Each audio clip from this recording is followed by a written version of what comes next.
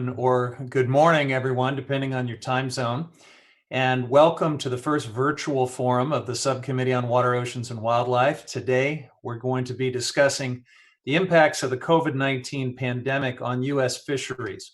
These are highly unusual times, and I appreciate everyone participating remotely. Now, I'll operate this virtual hearing just like a committee hearing on the Hill. I'll start with some brief opening remarks as chair. And if our GOP colleagues join us, and I'm still hoping that at least some of them will, I will offer the ranking Republican a chance to give opening remarks. And then we'll hear from our excellent lineup of panelists, and we'll finish with members asking questions of the witnesses. For 2 months, the work of this subcommittee has been sidelined because of the coronavirus pandemic. Meanwhile, the critical issues over which we have jurisdiction continue to be critical. And we have some new ones, which we'll be talking about today because of the pandemic. So clearly, we need to get back to work. And the only way to do that safely, at least until we get further guidance from the Rules Committee, is to use remote technology like we're doing today. Now, I have tried in every way I can think of to take partisan politics out of the equation for this virtual hearing. I chose a pressing issue that's related to the pandemic. It's something impacting Republican and Democratic districts alike, an issue where Democrats and Republicans have already been working together to ensure that timely disaster relief flows to fishing communities. And I reached out to Ranking Member McClintock, assuring him this virtual hearing would follow the exact same format, rules, and protocols as an official hearing. That was that it would not only be open to Republicans, but I expected him and his colleagues to help us pick witnesses and fully participate. Unfortunately, Ranking Member McClintock rejected the invitation and declared this virtual hearing extra constitutional. He literally argued that if the framers had intended virtual meetings of the Congress using remote technology, they would have said so in 1789. Worse than that, Republican committee members were warned by their leadership not to participate. And one of the GOP staffers even issued a public statement threatening witnesses who participate in this virtual hearing with future reprisal if and when Republicans reclaim the House majority. All of that is very disappointing, but I'm not going to editorialize any further about our colleagues across the aisle and their actions. I'm just going to keep moving forward in good faith on critical issues we really all need to be addressing together, and I hope that they'll come around. For today, unfortunately, our Republican colleagues have declined to join us, even though I know this topic is important to many of them, and we had initially gotten an enthusiastic RSVP from several of them before their leadership shut them down. For my other colleagues joining us today, thank you very much. And to the members and staff who are working to master the technology and make today's proceeding possible so we can continue the important work of this subcommittee, a special thanks for that. So without further ado, let's get started. As chair of the WOW subcommittee, it's very important to me that we address the impacts of this pandemic on fishing industry and coastal communities. Of course, all sectors of our economy are reeling from the economic downturn and the measures that have been necessary to slow the spread of the virus. But the fishing community has been uniquely impacted, and that's partly because a high percentage of seafood is consumed in restaurants. We all know what's happening to restaurants around the country. They have either temporarily closed or limited their menus to takeout and delivery only. Predictions are that many of them won't be able to reopen, at least not anytime soon. And for those that do, there's likely to be less business as distancing requirement and public uncertainty about dining out is going to continue for some time. It's more than just that, though, that's hurting the fishing industry. Seafood exports have been crippled by the shutdown of trade due to the pandemic, and these sales were already hampered by the Trump administration's tariffs and trade wars. And then finally, on top of these economic hardships, our fishing and seafood businesses face unique health risks from the coronavirus. Because of the nature of their work, it requires working in close quarters on fishing vessels, in seafood processing facilities, and often working in small fishing communities that have limited healthcare capacity. A lot of that workforce, by the way, is seasonal, and so workers have to travel, and there's increased risk of transmission. But in spite of all that, we know seafood is an important part of our food supply, and so we're grateful that our fishers and processors, with their health and livelihoods on the line, are still performing their essential work. And Congress has recognized these challenges by directing targeted relief in the CARES Act, $300 million for the fishing industry. And the HEROES Act, which we passed out of the House just a few days ago, includes an additional $100 million in relief directed to tribal, subsistence, commercial, and charter fishery participants. But it's not enough to just legislate. We know that. Congress has to make sure these funds are getting out the door in a timely manner to the communities and the individuals who desperately need them. Now, unfortunately, it took NOAA over a month just to determine how to allocate CARES Act funds, and that's the first step in the process. NOAA doesn't have a good record, frankly, on allocating fishery disaster funding. I know this from years of experience in my district, where stakeholders often have to wait years for funding when major fishery disasters happen. Now, I've been told that coronavirus-specific relief is a top priority at the agency right now, and I hope so. I would hope that this is above politics. But the fishing funding allocations that we received recently were coincidentally announced on the same day the White House issued an executive order that is about politics. It essentially recommends gutting all regulations that help us sustainably manage our fishery resources. This injects partisanship and tired, false choices into an already difficult situation. American fishers are being hurt by massive disruption in the marketplace, not a lack of fish, and certainly not environmental rules. So we'll hear more about this from some of our panelists today. We, of course, invited NOAA to participate today. And initially, they expressed interest. We rearranged our schedule at their request. We made changes to accommodate the Department of Commerce's IT security policies. But unfortunately, they have, at the end of the day, chosen not to participate. And I know there are dedicated officials at NOAA who agree with me that this is a critically important issue, who want to participate in a public conversation with stakeholders, but they are working in an administration that rejects the very notion of congressional oversight and continues to discourage and even prohibit officials from cooperating. And one of the issues we'd like to address with NOAA goes beyond CARES Act funding, because there are other avenues for financial assistance for fishing businesses right now. That includes NOAA's Fisheries Finance Program. This program provides long-term financing to purchase, refurbish, or refinance fishing vessels, fish processing facilities, aquaculture facilities, and individual quota permits. During this pandemic, this program is providing payment deferments and refinancing options. That's vital stuff.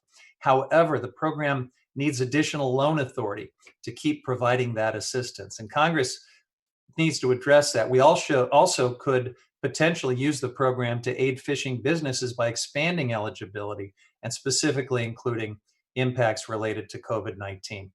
So we wish our Republican colleagues and the administration had chosen to join us for this conversation today, but the essential work of the Congress, including oversight of the executive branch, which is in charge of administering a $3 trillion package we recently passed, that work has to go on. We must continue to ask hard questions about how NOAA is doing its job. We need to understand the scope and severity of impacts to fishing communities to inform our legislative efforts. By refusing to even participate in this conversation today, the administration and our Republican colleagues are doing a disservice to everyone involved, but especially to fishing and coastal communities around this country. So with that, let's begin. I'm very grateful to our panelists. They have been directly impacted by this pandemic, but they are still taking time out of their schedules to be here today. And we know that you're dealing with so much right now. We truly appreciate your input. So thank you again. And I want at this time to introduce and welcome those panelists. I will start with a short introduction of each panelist, and then we will give each of them 5 minutes to share their remarks. And after they're done, we will, just as we would on the Hill, we'll come back to members for questions. Our first panelist is Mr. Steve Vilnit. He is the Vice President of Marketing at Capital Seaboard in Maryland. Mr. Vilnit, thanks for joining us here today. You are recognized for 5 minutes, and you may begin your statement. Thank you. We have been in business for over 104 years. Capital Seaboard services Southern Pennsylvania, Maryland, Virginia, and DC. Since March 16th, when the local restaurants have closed down, we have noticed that our business, and particularly seafood, has dropped 75%. And this has been across the board for all of our restaurants.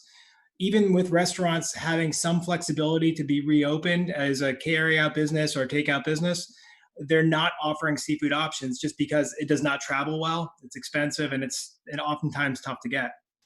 Here in Maryland alone, we have 5,500 watermen that are working on the Chesapeake Bay. And while there's plenty of product for them to harvest, they don't have the workers to be able to process the food. So businesses like ours are necessary.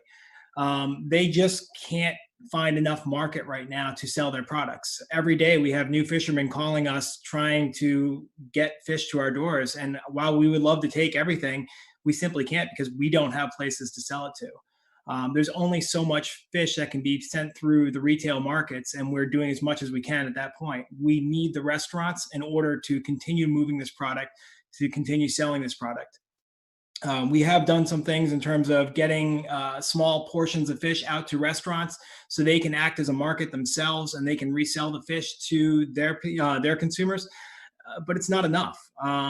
The thousands of pounds that we processed every day are down to hundreds of pounds that we process every day.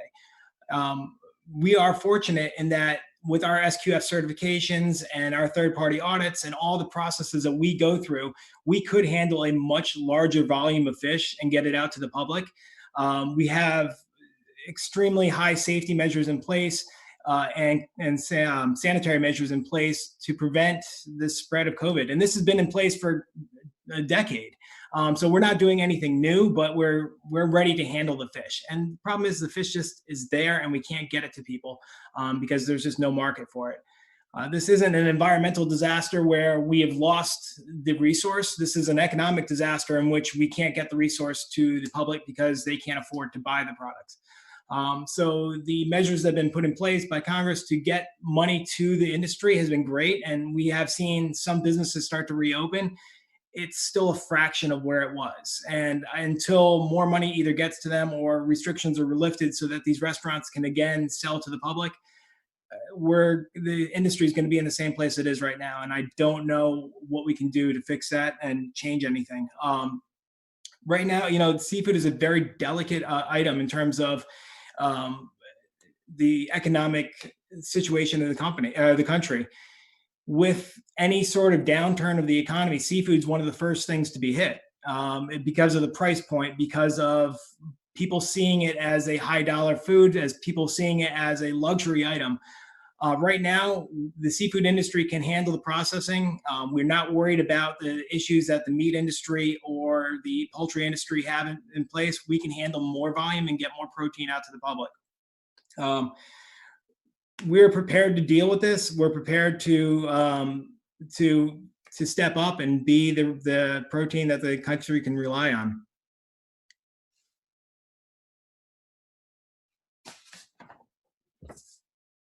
Well, I appreciate that very much. And we are going to now go to, thanks for your comments, Mr. Vilnett. We will now go to our next witness, which is Ms. Ashley Nicole Lewis. She's the owner and operator of Bad Ash Fishing on the Olympic Peninsula. That's a great name for your business, Ashley. Thank you. Thanks for joining us today. And you are recognized for 5 minutes.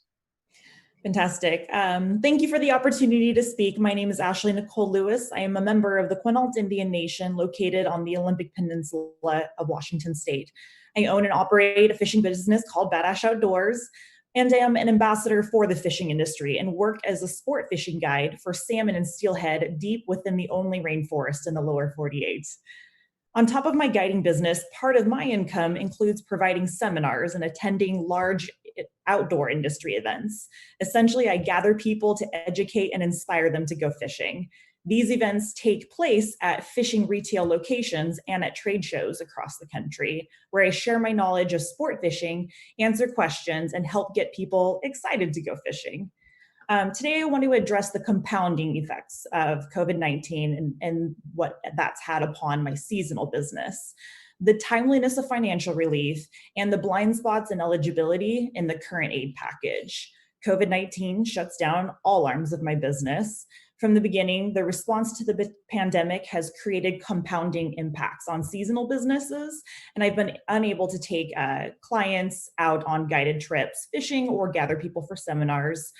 Even using webinar options to share fishing information has been difficult, as many of my viewers, particularly in Washington State, aren't able to utilize the information, as recreational fishing was shut down from March 25th up until May 5th. So the complete lack of income prevents me and many other guides for hire in reinvesting in our businesses. It's common for me and other guides to upgrade, replace gear and boats, and to invest in the tools to promote our businesses for the upcoming season, or simply maintain our businesses. Even to refund money that people have already paid for trips comes at a cost. When I book a fishing trip, my clients pay up front and sometimes years in advance. So for me, refunding so many trips even incurs costs from booking platforms. COVID-19 has prevented me from saving money during the fishing season, which is busiest for me in March and April, to get through the slower season. The impact of this loss of income is compounding for myself and others as we go into debt through these times, awaiting support. My next fishing season begins in September with the first big rains of fall, but missing my busy fishing season only to begin a dormant season financially behind doesn't allow myself and many other guides for hire like myself to be in a place where we're prepared to start seasons with proper gear and repairs that we need. And I don't mean starting a season with fewer lures for fishing. As a guide, I'm responsible for each life as they step into my boat. So to have less than sound equipment or gear at any level is a risk that I won't consider. Not bringing people out to the West Coast to fish also denies hotels, restaurants, mercantiles, and many other businesses the opportunity to benefit from tourism. In this way, eligibility for relief will impact my business far beyond this season and next season. As one section of the relief in regards to funding says that businesses further down the supply chain, including vessel repair businesses, restaurants, seafood retailers, are not considered fisheries-related businesses. They won't benefit from the funding. This then limits my ability to repair or maintain my boat and further limits my potential business because I don't want to run the risk of endangering my clients. And if hotels and mercantiles aren't available to my customers, then it falls on me to find solutions for them and limits the customers I can take due to lack of availability and travel resources. Customers coming from further away may see the lack of restaurant opportunities as undesirable and may cancel their trips or just go somewhere else where there is more availability. I'm happy to hear that relief is on its way, but according to our Quinault leadership, it's not going to be enough to offset the costs for tribal fishing losses, and the funds will not adequately support our fishers. The lack of timely financial support has set tribal fishers like me back too far now for the foreseeable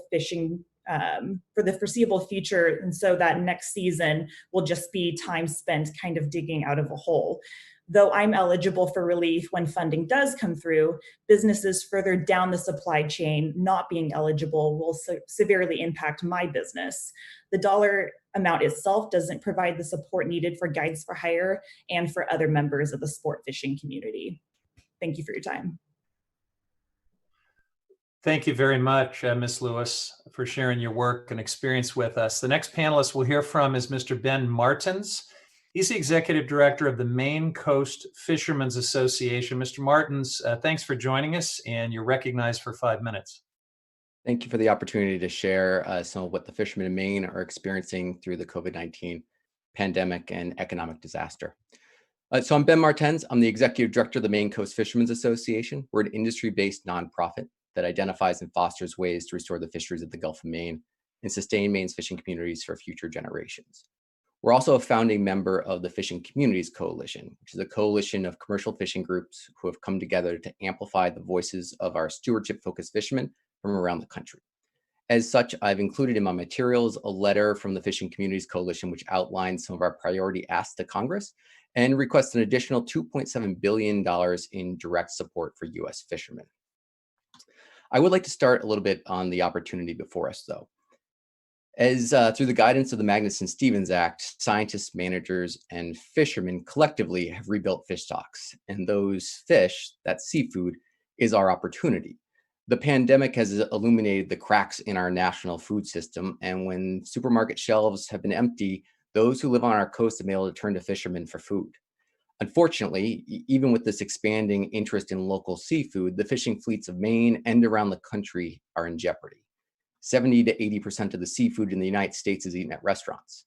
In a place like Maine, where we pride ourselves on producing the highest quality seafood in the world, we've lost our most significant and impactful market. When the restaurants closed, buyers told fishermen not to fish. The prices fell dramatically, close to 70% for many of the species we fish for in Maine, and processors had to unload product at losses. Fishermen have tried to pivot into new markets, but finding a home for 100 million pounds of lobster or 1 million pounds of monkfish or 5 million pounds of groundfish on the fly isn't just unrealistic, it's not possible. And without a definitive end to the pandemic, our losses are only beginning. With that in mind, we are extremely grateful for the work Congress has done to support U.S. fishing businesses through the CARES Act. We're especially thankful for the $300 million of relief funding dedicated to the seafood industry. Many fishermen have tried to participate in other stimulus programs, like the Paycheck Protection Program and the, unfortunately, unemployment as well. Those programs just weren't built to support the small-scale, owner-operated businesses that we have along the coast. One of the fishermen that we work with put in an application to the Paycheck Protection Program and was told that he qualified for $2,200 in total. That doesn't even cover the cost of his boat for a month. Another fisherman out of Stodington has been working over 80 hours over the past 2 weeks to navigate her own unemployment and then helping other fishermen do the same. That's not how relief should work. So those who are most at risk to lose their boat or their home or their business are least able to benefit from these programs. Fishermen are an undervalued part of our food system, and they're being treated as such. We must step up now as a nation to invest in our fishermen and in our working waterfronts and in our food, and that's why additional direct relief is so crucial right now. Through the CARES Act, Maine is going to receive about $20 million in seafood industry relief. So many in Maine, though, have been impacted by this crisis that the amount just isn't going to make a dent in the substantial losses on our working waterfront. At Vessel Services, Inc., it's a crucial piece of our shoreside infrastructure. It supplies fuel and ice in Portland. Sales are down 60% from last year. If fishermen aren't buying fuel and they aren't buying ice, they're not fishing, and they aren't making money. Even with the challenges we're facing, Maine has been lucky. This pandemic has taken place at a time when the majority of our 5,000 small-scale fishermen are not on the water, but instead fixing gear and boats and preparing for the season. The uncertainty of what lies ahead, though, is weighing heavily. MCFA has begun a program to provide mental health and wellness support for the fleet because so many are developing depression and anxiety. I had one fisherman tell me that he wasn't sleeping at night, and then he was working 12 hours or more a day because he didn't know how else to cope. Providing some financial security is a clear and timely path is a step towards alleviating that uncertainty and all the negative repercussions that come along with it. The biggest question that we all have is what happens next. Maybe the restaurants come back and our problems are all solved magically. More likely, once the health crisis is over, the economic crisis is going to have a long tail that impacts our small fishing businesses and fishing families for years to come. That being said, I will end where I began, and this is an opportunity. With good programs in place that include real and impactful economic relief and a support structure that's developed with care, compassion, and with input from the seafood industry, we can feed people. We can increase our nation's food security. We can jumpstart the next stage of our blue economy. Seafood is a solution that we can all share in. And so I'd like to ask you guys today to invest in our fishing fleet. Think about what's going to happen over the next month, next year, and invest in our fishermen. Thank you for your time and the opportunity. Together, we will persevere. Well, thank you, Mr. Martens, and thanks to all of our panelists. That was a terrific readout of some of the unique impacts that folks who make their living on the water or are associated with work in waterfronts that they're feeling right now. I'd like to begin the questioning now, and this question would be for either Mr. Martens, I think, or Steve Vilnit. We know most fishing businesses and restaurants are seasonal in nature, and I wonder if you could speak to how the timing of the pandemic tied in with the fishing and tourism seasons so far. What that means as we think about 1, 2, 3 months down the road. And also, does NOAA's relief funding process appropriately incorporate the seasonality of different fisheries? Ben, do you want to go? Sure. I mean, I think that the biggest impact is that we need to get money out on the waterfront, out on the docks as quickly as possible. I know that's a complicated process that NOAA has been going through, and we're excited to see that they're on the other side of that. Now all of our states need to figure out what to do with that money, and that's an additional layer of confusion that we're all going to have to navigate. The seasonality is really hard because whether we're currently trying to get ready for the season, like we are for a lot of fisheries in Maine, or we just missed some of the most impactful fisheries for individuals. We have an Elver fishery that's a month-long season in Maine, and that went from a $12 million fishery to probably a $2 million fishery, right? So seasonality is very important in the fishing industry because we have a small window that the commercial fishermen can often participate in the fisheries that they have invested in. And similar for us in Maryland, the Maryland blue crab season, which is what we're known for, opened up on April 1st. We have not been able to get workers for processing plants because that's an H-2B system that they use. So only 2 out of, I believe, 22 processors in the state of Maryland are currently working, which that means is, we're just not getting the amount of crab meat that we can use, which means that the processors cannot buy all the crabs that are coming into their docks. And so the prices are reflected in that. This is extremely important to us because our season is limited. It only goes until approximately the middle of November. So without funding coming in and getting these businesses online and helping out these fishermen, it could be the end of the season quickly before we see any money, and therefore 1 full year is lost. These companies operate with razor thin margins anyways. And so losing any time to the COVID crisis is directly impacting them. And many of these businesses have been around for hundreds of years. Yeah. Mr. Martens alluded to this, but I think it's important for people to understand why things like the Paycheck Protection Program are not adequate to backfill these needs we're talking about. The fact that a lot of the employees are seasonal, are brought in on a contract basis, that a lot of the overhead relating to fishing is not the kind of thing that's eligible for a forgivable loan under that program. Do any of you, and I'll start with Ashley, want to just add any more color to the fact that those tools don't really work for the fishing businesses? Well, and I think from a very unique area, very remote, deep in a rainforest, fishing for salmon and steelhead. I mean, that's my fishing business, but, another is depending on, a surf perch fishery or, different inland fisheries. There's so much complexity and diversity and so much seasonality to all of these things that what my needs might be for my operation are going to be completely different than my neighbor's needs who has a commercial crab vessel, and what his kind of costs and repairs, and he has employees, I don't have employees. And so this looks just so different from person to person, especially for tribal fishers. Yeah, and I'll just add that in Maine, we actually ended up hosting a webinar for the fishing industry because there was so much confusion about how to engage in the process. And we had focused on just Maine fishermen, but it turned out that fishermen from around the country all participated. We had close to 350 people on the webinar because there was just so much confusion about how fishermen could fit into that type of a program. And then once they did, they were getting different answers from banks. They were getting different results out of the applications. And the confusion is just, it's hard to move trillions of dollars over the course of a couple of weeks. And so there has been a sense of uncertainty that has been growing through that program. And costs are high to run a fishing business. And not every year is a profitable year. And we have a lot of fishermen that went backwards last year with the hope of good things this year. And those are the ones that have been most severely impacted by not being able to access some of these programs on the other side. Yeah. So I'm going to hand off to Congressman Case here in just a moment, but I have one more question I really wanted to get in here. So thanks for your indulgence.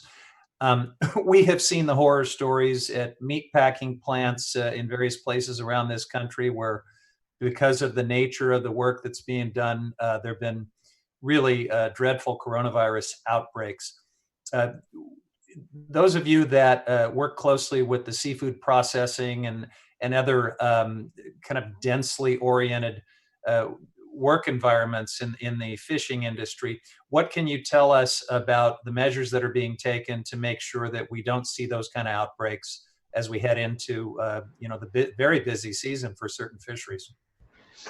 Well, as I stated in my opening statement, the seafood industry is very highly regulated by third-party audits for major retailers. This has always been a concern in terms of just food safety. And because of that, we've had measures in place all along that have really made it so that we can survive COVID pretty well in terms of a processing industry. The workers are very well spread out. We're using ozonated water to disinfect the warehouse several times a day. Masks, gloves, all of the things that have already, that we need to have in place for COVID are already in place and have been in place. We can, because I said the amount of business has dropped 75%, therefore their processing has dropped 75%, and it's very spread out. We could handle a lot more and not have any concerns in terms of spreading COVID among the employees. Okay, I appreciate that. I think at this point, I will welcome my friend from Hawaii, Ed Case, who's actually not in Hawaii. He's joining us from Washington, D.C., but he logged in early and has been a real champion for the folks in his district that make their living on the water. Congressman Case, welcome. You're recognized for 5 minutes. Thank you so much, Chair. Thank you for hosting this forum of our subcommittee. Good to see my colleagues, and to the panelists, thank you so much for joining us. I bring you aloha and solidarity from our Hawaii fishing industry. In Hawaii, we have, in terms of value of catch, Honolulu Harbor is 6th to 7th, 8th, depending on the year in the entire country. We take 90% of our catch long lining. So the long line industry in Hawaii is especially important to us.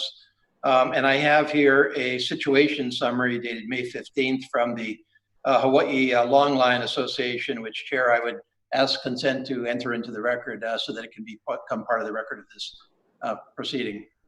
Without objection. Thank you so much. Let me ask you a couple of questions to the panelists. Maybe, Ashley, I'll start with you.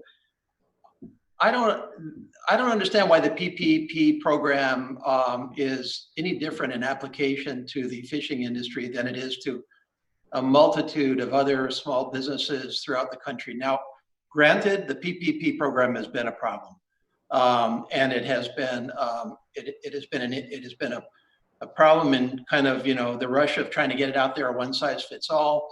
We've certainly had problems of implementation. There have been problems of various types. On the other hand, millions and millions of businesses have accessed it, and I'm wondering out loud whether there's something inherently about that program that just inherently doesn't work with the fishing industry, or whether it's an outreach issue or what. I think it could be an outreach issue, and a lot of my peers are, state fishermen, and I'm a tribal fisherman, and I operate off of a tribal resource on the Quinault Indian Nation. So I think there's some eligibility pieces that differ depending on your status too, and probably some information or misinformation around that as well. But a lot of my peers that fish off the reservation are in a different circumstance too. So I mean, it's kind of tough to say where everyone kind of sits with that. Okay.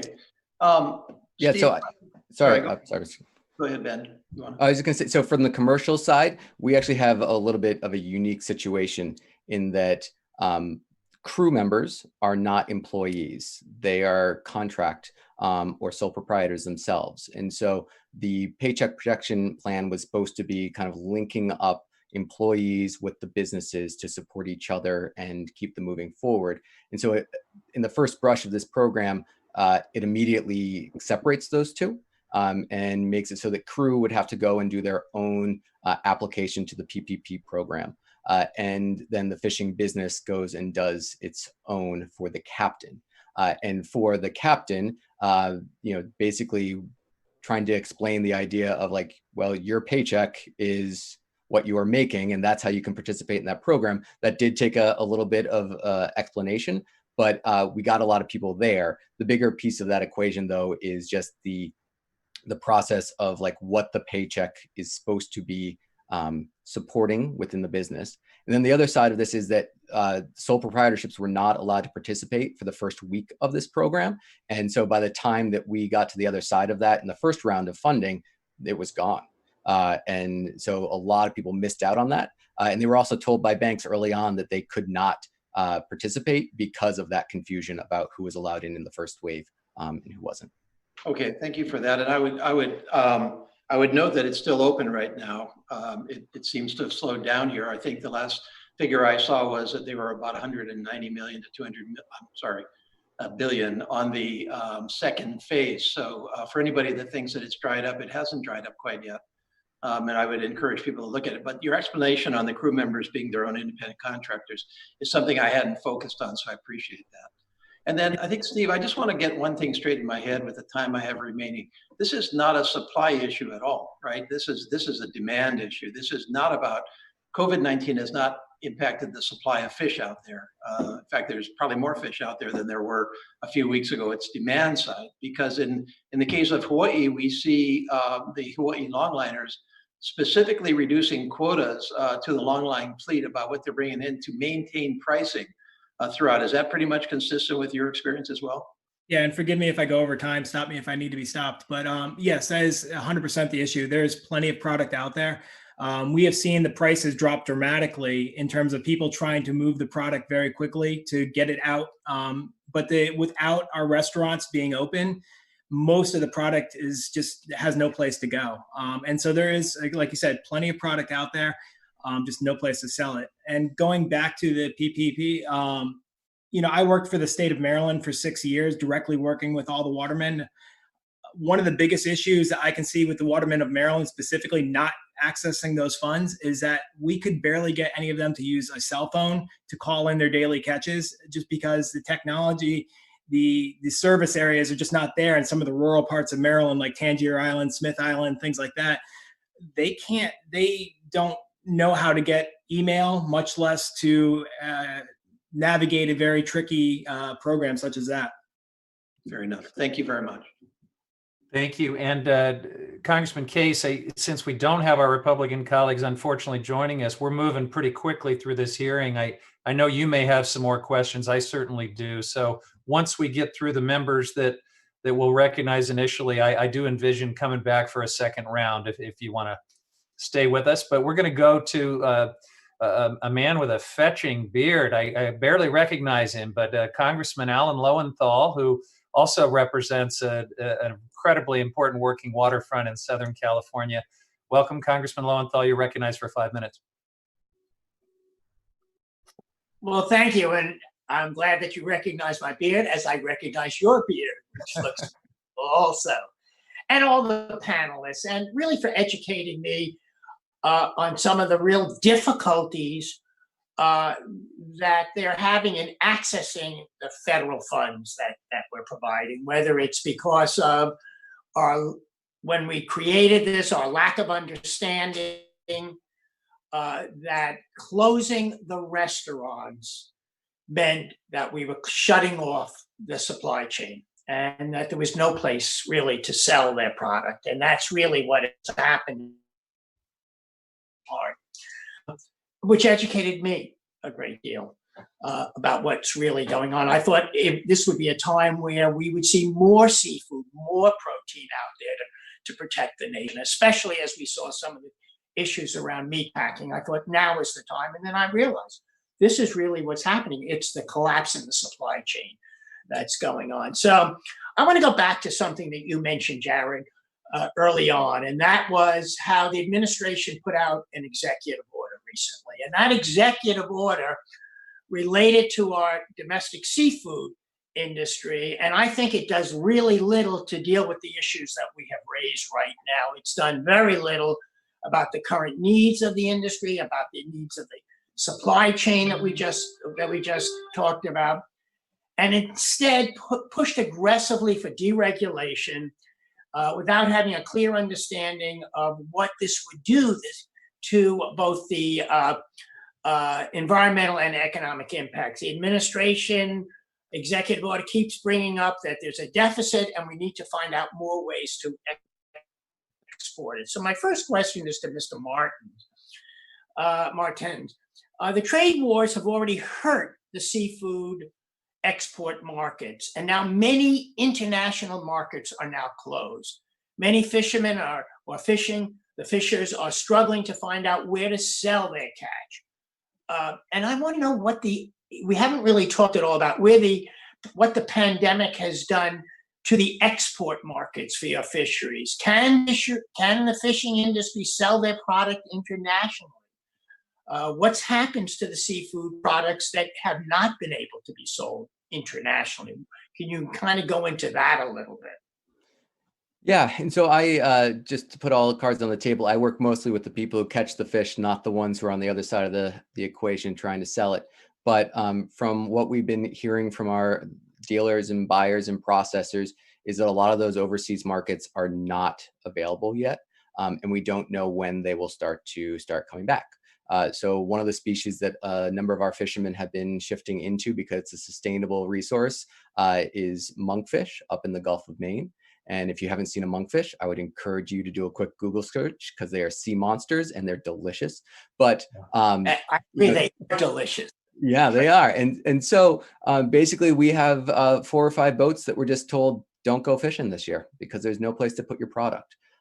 We're going to try and pivot and see if we can start moving some domestically because it is a great white flaky fish. But that's what we're hearing right now when it comes to a lot of the fish stocks. Lobster, we're still trying to figure out if those markets are going to open up or not. And that is a significant driver for our state when it starts coming to what that looks like. But there's still more questions than answers. And coming back to like one of the things I said early on is like the uncertainty is really a stressor on the fishing industry right now because we don't know how to build a business plan. We don't know whether to tell guys to, stay on shore or start going fishing. And when you have that type of uncertainty, it causes bad decisions. It causes anxiety, stress, and everything else that goes along with it. So, that's really hard right now because we don't know any of these answers. Like Ben said, yes, go on. I'm sorry. Like Ben said, I'm not on the export side of things either, but I am on the import side of things. If importing is anything like exporting right now, flights are very sporadic. They get canceled at a minute's notice. And shipping something that's as expensive and as delicate as seafood overseas right now, when you don't know if that flight's going to be able to go, is a very scary proposition because you don't get paid for it. Thank you. I want to follow that up, Mr. Billnet. What species are you seeing that's been the most fisheries? Are you seeing that where the major supply chains have impacted them the most? Are there differences? And maybe you can educate our committee on that. The very home style meals, the ones that the Americans are most familiar with, the shrimp, the salmon, the tilapia, cod, things like that people know and recognize and can prepare at home are ones that are still doing well. Any of the minor species like a bronzini, a dorade, anything monkfish, something that people have not seen before or not used to preparing themselves, forget about it. You cannot sell the product. Anything, when people go out to a restaurant, they're willing to understand the chef can prepare something for them that they couldn't do at home. So they're going to try a monkfish, even though they've never heard of it. They're going to understand that the chef is going to make it delicious and then they're going to enjoy it. I wouldn't go out to the store and pay $15 a pound for a monkfish, not knowing how to prepare it or what to do with it. So we're seeing anything that's not the typical of, something that has been in a cookbook for the past 2 decades. Those are species that aren't going. Even in our area, such striped bass or rockfish as is known locally, is an expensive fish, and we are selling maybe 5 to 10% of that where we normally would have been selling it. Terrific. And again, Alan, we can come back for more if you have it in a moment. But we're going to go to the low country of South Carolina. And the great thing about Congressman Joe Cunningham joining us is he not only represents a vibrant working waterfront there, but he knows about the coronavirus up close and personal. And we're glad that he's looking good and joining us in good health for this conversation. Congressman Cunningham, you're recognized for 5 minutes. Well, thank you so much, Mr. Chairman, for those kind words. And thanks for hosting this virtual hearing on the impacts that COVID-19 has on fisheries and the seafood supply chain. It's an issue that's near and dear to my heart. And it's one that we see, every day here in the Low Country, whether I'm driving, in the Mount Pleasant over Shem Creek and see the fleet of fishermen there, or downtown in our restaurant business. I mean, it's through the supply chain, it impacts and touches every part of our district. But it's a key component of our coastal economy. It's this virus has resulted in like the near total closure of the hospitality and tourism industry, both domestically and overseas. And with nearly 70% of seafood produced in the U.S. being consumed in restaurants, coupled with traditional export markets being eliminated by travel and trade restrictions, America's domestic fisheries faced a time of unparalleled uncertainty. And just a few weeks ago, I participated in a virtual listening session where I heard from several fishing families throughout our regions and just about how severely this pandemic has affected them. And it's shocking. Out of $300 million in fisheries assistance funding provided by the CARES Act, South Carolina was allocated only about $1.5 million. The minimum was $1 million, and South Carolina got the next lowest amount for any state. And as a result, I recently joined with a group of Republicans and Democrats to ask that America's domestic fisheries receive more than $20 billion in support in any future coronavirus response legislation. Miss Lewis, question for you. Charter fishing is a big business here in the Low Country, and our captains need economic assistance quick. How long can a charter business wait for this funding that we directed? And even for me personally, that's one answer, but for the balance of tourism, especially in remote areas, is really quite another thing. So for example, my busy season, I haven't been able to participate in, which, really got kicking in March and throughout April.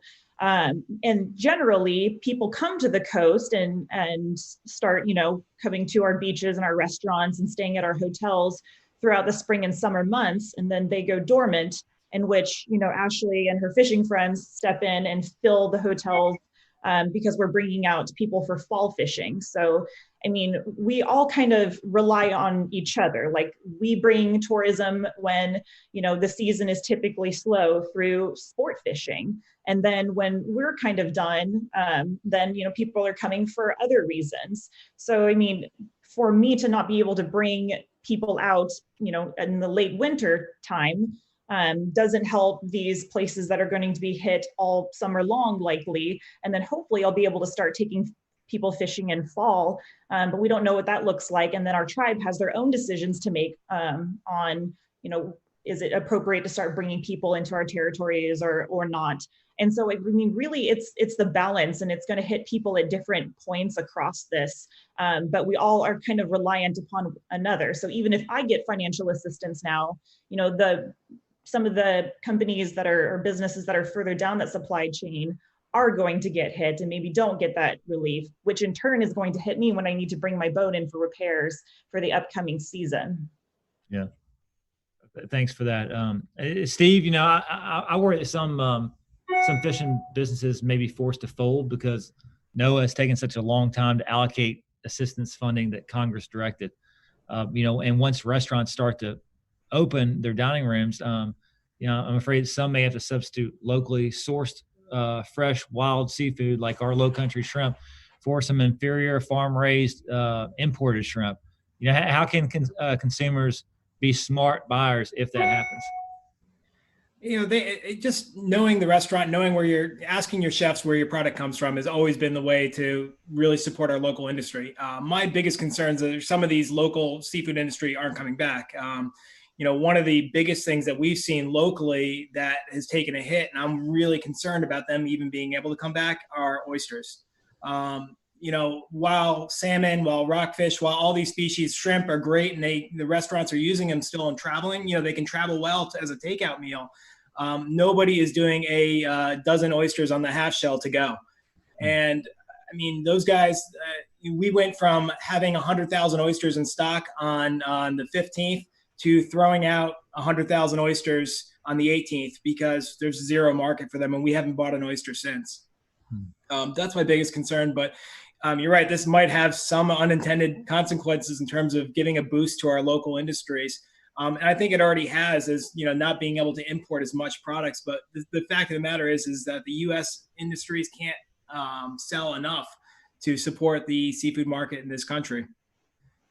Yeah, great questions, Joe. Again, if you want to stick around, we'll allow some more time. But right now, we're going to go to Arizona.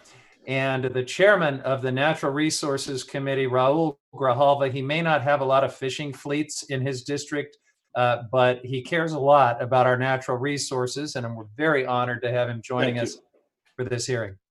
Thank you, Chairman Huffman, and thank you. I appreciated your very incisive opening statement, and NOAA and the agency that in this particular case should understand that. I think the effort here, as you said in your statement, was to see how we can work together to address the issue as it applies to fishing, and that gesture was not a confrontational gesture at all. It was one that there is a problem, admit it, and let's see how we can solve it. And really disappointed that they're not there. And I want to thank the panelists for their informed and very important information. As Chairman Huffman said, there's some recreational fishing out here in southern Arizona in the Sonoran Desert, but not to the complexity and degree in which our panelists have talked about today. And for that, I appreciate the education and the information. Let me touch on one issue, and that has to do with and that would be for Ms. Lewis. The National Congress of American Indians and the Native North American Contract Association wrote to Secretary Ross requesting that each tribal nation have the opportunity to consult and to deal with the unique situations that they confront in terms of the pandemic, and allow to determine some economic value related to the impacts to their fisheries from COVID-19.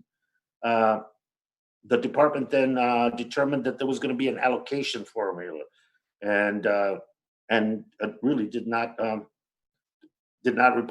respond to that request. There's been some allocations to tribes in Alaska, $1 million each, 5.1 million in California. But my question to you is, can you speak to your tribe's experience regarding fishing in this pandemic, and how the timing of this pandemic affected the tribe's fisheries in general, and your business in particular, which you've already spoken to, and what's the outlook for going forward, summer, etc.? For me, I'm mostly involved in the sport fishing piece of this, but some of the concerns that I think are often overlooked for remote places is that there's a little bit more of a delicate balance when it comes to opening things up or bringing people out to enjoy tourism or sport fishing, because, there's definitely going to be businesses, restaurants, hotels, mercantiles, etc., that close from this.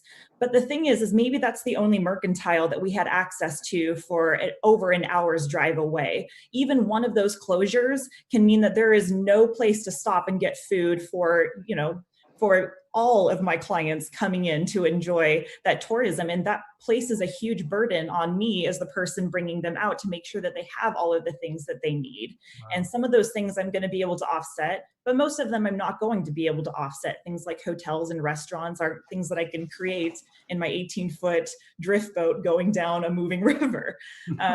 So there's that piece that's going to have this continuously compounding impact as those resources are harder for my clients to access. And even on the commercial piece of it, which I'm not as involved with, we also have to think about, we have a tribe of, approximately 4,500 people. Again, we're really remote, and people that are coming into town are coming from the major metropolitan areas, and a lot of that influx of business, kind of wiping out some of those grocery stores and is not something that we just have to be really careful for our tribal people in terms of like how we are protecting our own citizens. Like myself, I don't live on the reservation, and I'm careful about coming into town for this exact reason. And so because the resources in terms of, healthcare, et cetera, are different, like in remote tribal places, like we have to be careful on like what that timing looks like for us too. The compounding impacts. Thank you. And to the two gentlemen, Mr. Martens first, you mentioned that this recovery is going to have a long tail with regard to your industry, and I think that applies to almost every sector that we're talking about in terms of recovery, but having a long tail. And I think Mr. Vilnick also mentioned the issue of investment. Talk to me about that, the recovery, which is not going to magically happen from one day to the next. We know that, and we have to accept that premise, but also the investment that it needs to be occurring in your industry as we speak, in order for the long tail of this recovery not to have the devastating effects to the industry and to that it could have. And so investment and related to the long tail of the recovery, both of you could touch on that. I would appreciate that. Go ahead, Ben. Representative Huffman is okay if we take a little time to do that. Yeah, go right ahead, and then I'm going to move back to Congressman Case and Lowenthal for follow-up, and I'll have a little bit of follow-up. But please go ahead, Mr. Martens. Yeah, thank you. So I think that one of the things that we can really easily do right now is start to see where the needs for shoreside infrastructure improvements are right now. The seafood industry for a long time has been under stress, whether it's regulations or management or anything else that goes into how you create good fisheries policy, good fisheries management. And what we're seeing with this pandemic is that it's really amplifying the places that we had previous issues. And so if that means protecting working waterfront and ensuring access to the fleet to get out to the ocean is something that's going to continue to be a problem, and it's going to be a worse problem right now than it probably would have been without this pandemic. And so trying to make sure that we can set up programs right now to protect the pieces of infrastructure that are most at risk of being lost or being converted is crucial to securing our food security, right? And so, and then shoreside infrastructure for processing and moving of fish. Right now, almost all the seafood that we land in Maine that's not lobster has to go someplace else to be processed and cut and then sold. And a lot of it comes back to Maine on the other side, right? Like we're shipping it out of state to get processed and cut and brought back to Maine. Our Senator King, when he was our governor, at one point said, we should never let a fish leave our state with its head still on. And it's because that's where you get the value, right? You get the value by processing. And so that was really what I was talking about when I was talking about investing. How do we look at this as an opportunity right now to identify the problems in our food system and start putting some money into it so that on the other side of this, we're ready to kick some butt, and the fish are in the ocean. We can do it. And I'm really bullish on our industry. And I think that now is the time to put some money into it and make sure that the fishermen are there to take advantage of all the good work we have done on the other side. Thank you. Terrific. Well, thank you, Mr. Chairman, and thank you for that. Thank you very much. Congressman Case, I think he had some other questions he wanted to ask. Ed, are you with us still? I am.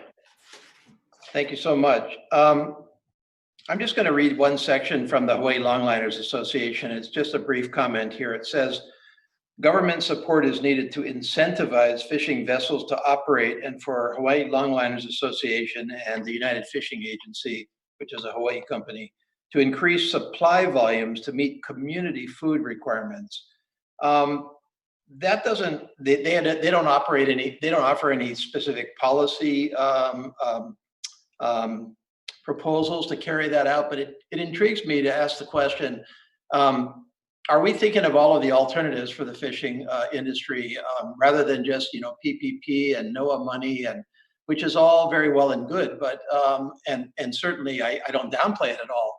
But are there other areas that we should be focusing on? I'm thinking, for example, of community markets, a little bit more marketing to community markets, fostering community markets. Now, I understand perfectly that's not gonna soak up all of the supply, but can it tide you over a little bit? I mean, we have we have a very, very active local participation in our auction, which was, really for all intents and purposes off limits to any non-commercial uses. And yet, a lot of citizens are going down to the auction and buying straight off the auction. I know I've had some of the best fish I've ever had in my entire life. So available, so fresh, so good. And I'm just wondering whether there's a way to expand that at all. And that's a different direction to go to. And I think our CARES Act does actually try to foster community markets, but I've never heard it expressed directly to the fish side of things. And then in terms of their statement of incentivization for fishing vessels to operate, I don't know if what they're calling for there is kind of a direct subsidy to fishing vessels to operate, even though they can't land all of the catch and shouldn't be catching it. I don't think if the demand is not there. But I'm just trying to think out of the box a little bit. Are we missing anything? I think some of the big problem is that, while, Ben and myself and Ashley, we're all on the coast, there's the entire middle part of the country that wouldn't have access to those, small markets or small farmers markets or being able to go down to the dock and get the product. The most viable option for us is keeping the restaurants going and encouraging more Americans to go out and get takeout from their favorite restaurants. Those are really the economic engine of our country, unfortunately, for our industry, for sure. Without those restaurants there, and we're seeing them close daily. Every day I'm watching in social media as my friends that are chefs are closing down their restaurants permanently. And I'm afraid even, once we get back to some sort of normal as a country, without those restaurants there to be able to buy up this product that we have, the general public is not going to be there. They're right now, they're getting the hamburgers and hot dogs and pasta and things like that they're comfortable cooking. Without those restaurants to use this seafood in creative ways, there's not going to be a market to come back to. Yeah, in that context, I would note that all of you have mentioned travel and tourism as being integral to the fishing industry, and that's certainly the case in Hawaii, where probably 90% of the total landed catch goes into travel and tourism. So you can imagine if we dry up travel and tourism by 97%.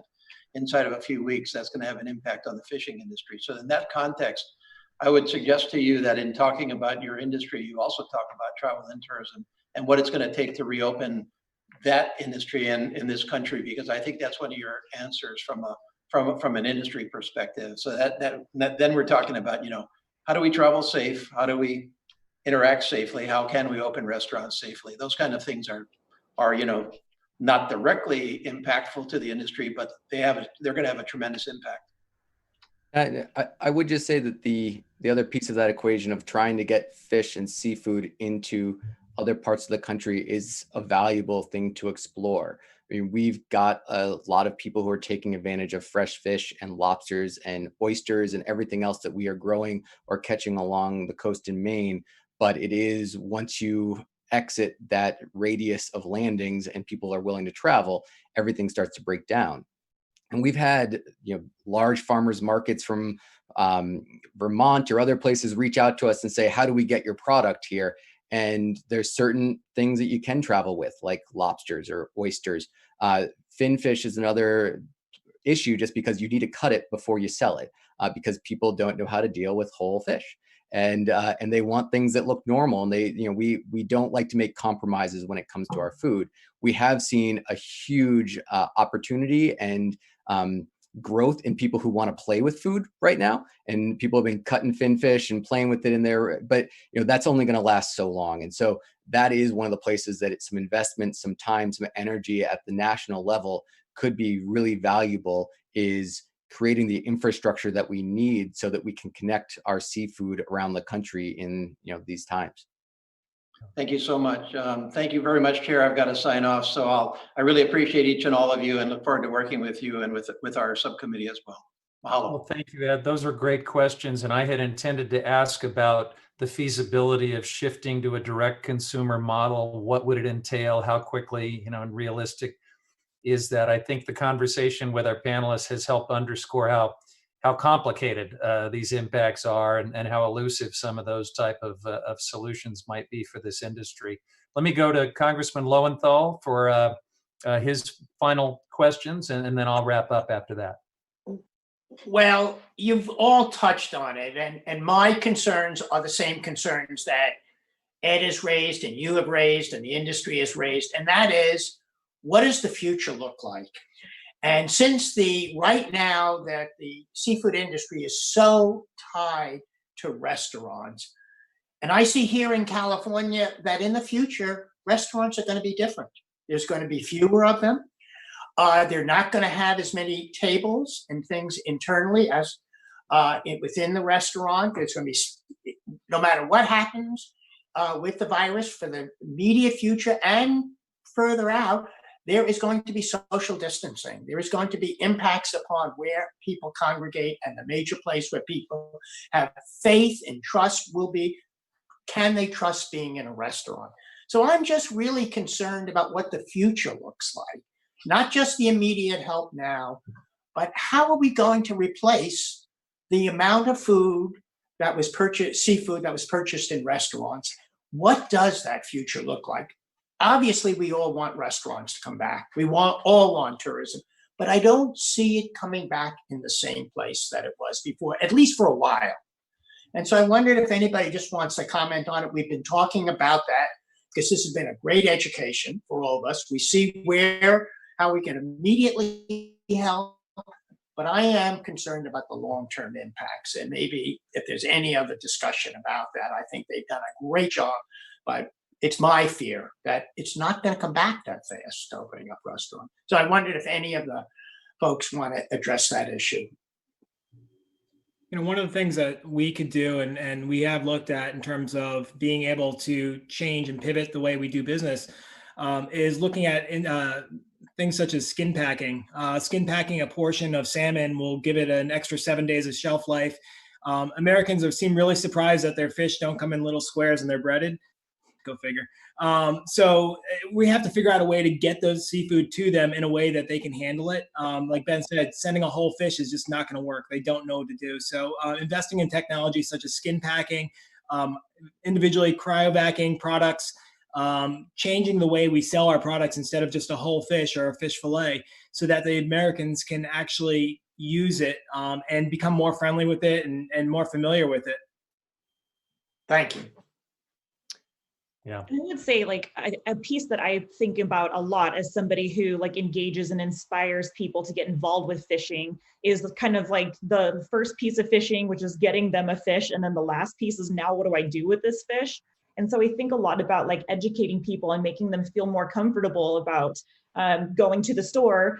We have monkfish that's usually sold out of our Pike Market in Seattle. If people feel comfortable and like that's something that they can do, they can go to the store, buy some monkfish, come home, cook it for their families. If we have more education and create more lanes where they feel like that's something they can do to help participate, something else to do at home, feed their families. I think a lot about how we can inspire people to get on board with that, because I think people do want that. I mean, I live in one of the salmon capitals of the world, and one of the most requested videos that I get to make for people is, how do I cook a salmon? Yeah, I mean, I would echo that. Like we need people to eat seafood. And so in the United States, I think the last time I looked, it was like we eat on average 15 pounds of seafood per capita, right? That's nothing. We eat 9 pounds of avocados every year. So we need to start shifting as US citizens what we eat. And seafood is one of the best things you can put in your body. It's good for your mind. It's good for your body. It's good for the environment. And so where we need to start doing is getting people to eat weird and stop thinking that the only thing they can eat is a haddock or a cod, or, so we really would love to see a real concerted effort in encouraging people to think outside the box when it comes to seafood, and recognizing that whitefish is whitefish. And it doesn't matter if it's a cod or a hake or a haddock or a pollock. I can cook it the same way, and it's going to have some different notes and different flavors, and that makes it special. But like, you don't have to be a genius to make it work. And so that's really where, like, if we want to start feeding the nation, it's breaking down the normalcy and saying, this is the opportunity. You're not going to the supermarket and getting chicken breast that looks exactly the same no matter who processed it. It's fish. It's going to look different. It's going to be delicious. And that's really an opportunity that we don't know how to market around and we don't know how to talk about. And that's where, nationally, we could all come together and have a real impact on getting people to eat more seafood and doing it from U.S. caught sources. We have a lot of unemployed chefs right now that really miss being in front of the public eye that we could use to get the message out about seafood. When I worked for the state of Maryland, I employed chefs all the time to talk to consumers about how to cook this product. We have a lot of chefs out there right now that could get these stories out there via YouTube, via social media to talk to consumers and tell them how to cook that fish and maybe do some weekly lessons or something like that. Thank you. Well, terrific. I appreciate that note of optimism, and that's a good place, I think, for us to close. This has been a great conversation. I think we've done a good job spotlighting the unique impacts right now that are being felt throughout the fishing industry, including the folks who do guiding and recreational business in fishing, but also those that are so integral to the seafood supply chain. And while we can continue to work on trying to make the Paycheck Protection Program and other tools better fits to hang on to the payrolls in these industries, that's not going to address the market collapse and the supply chain collapse that we've helped to illustrate here today. We're really going to need to keep working in Congress to provide the kind of industry-specific relief that is needed. And I think all of you have done a great job in helping flesh that out for the members of the subcommittee and for the public. So thank you very much to our panelists for joining us, sharing your experiences. A huge thanks to the members who joined me and to the staff who worked very hard to make this technology really, I think, pretty effective in conducting a virtual hearing. We would have preferred to have NOAA joining so that we could dig a little deeper into their efforts or delays, as it may be, in getting the relief from the CARES Act out to these communities. It would have been great to talk to them about other financing tools and programs that can be made to work better for desperate fishing communities. I'm disappointed that they were, for whatever reason, unwilling to join us. And I'm especially disappointed that our Republican colleagues declined to join us and that their leadership actually put out the order that members could not join us. I hope we've been able to show them, if they're tuning in, that this was not some partisan trap, that we're taking an honest look at issues that are critical and squarely within the jurisdiction of our committee work, and that there's nothing to fear. They should come on in. The water's fine. We can conduct remote hearings and remote proceedings in a really serious, deliberative, productive way, and we want them to be part of those conversations going forward. So I think, if nothing else, we perhaps have demystified this notion of conducting virtual online proceedings that will soon, with the Rules Committee's work, be official proceedings. And we really want our Republican colleagues to put aside the partisanship and join us in good faith to make this work so that we can all do a better job together for the American people. And in this case, for the coastal and fishing communities that are so critical to many of us. This was a great start, I think, down that path. Thanks again for joining us, witnesses, members of the committee, and those who are streaming and tuning in at home. Everybody stay healthy, stay home if you can, and stay safe. Thanks very much. This virtual hearing is adjourned.